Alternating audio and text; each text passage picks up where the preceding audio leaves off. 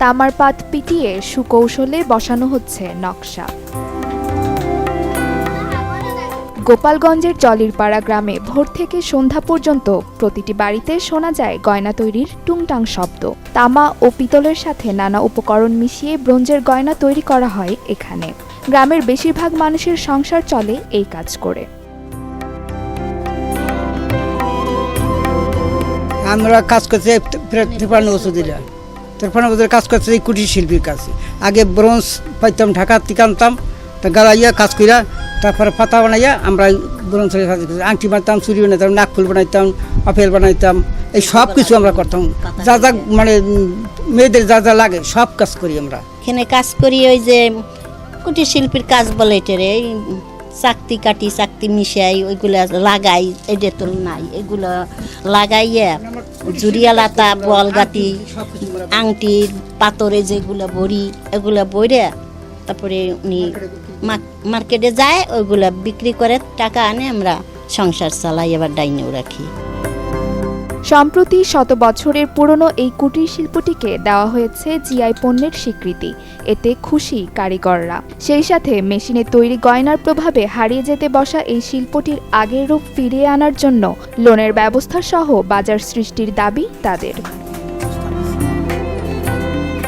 আমরা খুশি, খুব খুশি, কারণ আমাদের এই জায়গায় এলে তো সব আমরা খুশি। আবার শুনছি যে আমাদের কুটির শিল্পীর ঘর দরজা দেবে, এতে তো আরও খুশি। আমরা লাভবান হলে আমরা খুশি না? গোপালগঞ্জের নাম হবে এবং জলিপাড়ার নাম হবে, সব ঘরে বাইরে কাজ করতেছি, আর লোকজন নিয়ে কাজ করতে হবে, এই তো আমরা খুশির বিষয় থেকে। এগুলোর কাজ তো আসলে আগে হাতেই করছি সব কিছু। এখন মেকানিক্যাল বেরিয়ে গেছে, এখন ওই বোম্বে থেকে বিভিন্ন ডিজাইন আসতেছে, ঢালাই কিছু মাল আসতেছে, সেইগুলোর কারণে এখন আমাদের আর সেই হাতের করা কাজটা বেশি এটা হয় না। এখন হাতের কাজ করতেছি, হ্যাঁ, হাতে আর কত দূর হবে?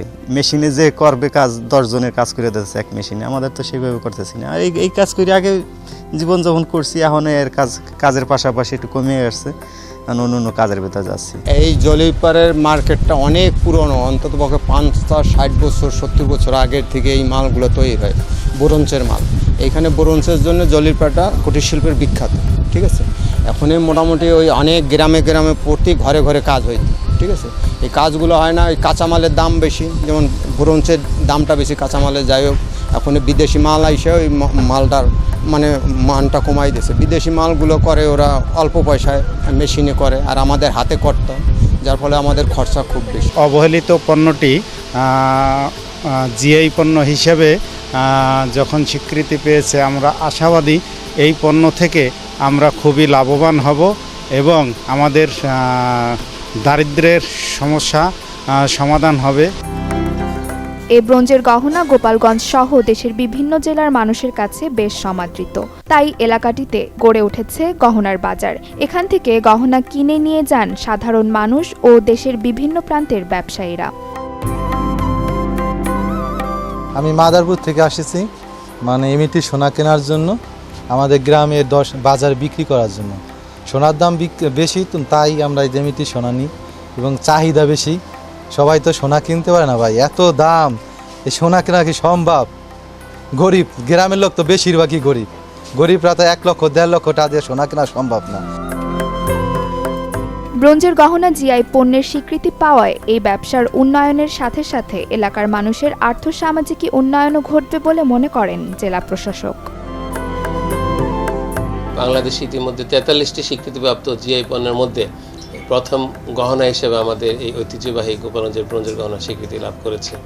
আপনারা জানেন যে জিআই স্বীকৃতির মাধ্যমে এই পণ্যটি আমরা দেশে বিদেশে এটা ব্র্যান্ডিং করব, আর আমাদের যে ব্রোঞ্জের কারিগররা আছে তাদেরকে উন্নত ডিজাইন প্রশিক্ষণের মাধ্যমে যাতে আধুনিক মানসম্মত এই ব্রোঞ্জের গহনার প্রস্তুত হয়, সেজন্য আমরা একটি ই কমার্স ডেভেলপমেন্ট সেন্টার, একটি সংস্থার সাথে আমরা চুক্তি স্বাক্ষর করেছি, যার মাধ্যমে তাদের প্রশিক্ষণ, ডিজাইন সরবরাহ এবং তাদের বাজারজাতকরণের জন্য আমরা উদ্যোগ নিয়েছি। বাংলাদেশের 43টি জিআই স্বীকৃতিপ্রাপ্ত পণ্যের মধ্যে এটিই প্রথম যার বাণিজ্যিকরণের জন্য আমরা জেলা প্রশাসন উদ্যোগ নিয়েছি। বাংলাদেশে এই প্রথম কোনো জিআই পণ্য যা প্রথম বাণিজ্যিকীকরণে যাচ্ছে। ফলে এ পণ্যের উন্নয়ন করা গেলে ন্যায্য মূল্য পাবেন বলে মনে করেন এ কাজের সাথে জড়িতরা। Desk report, channel 24।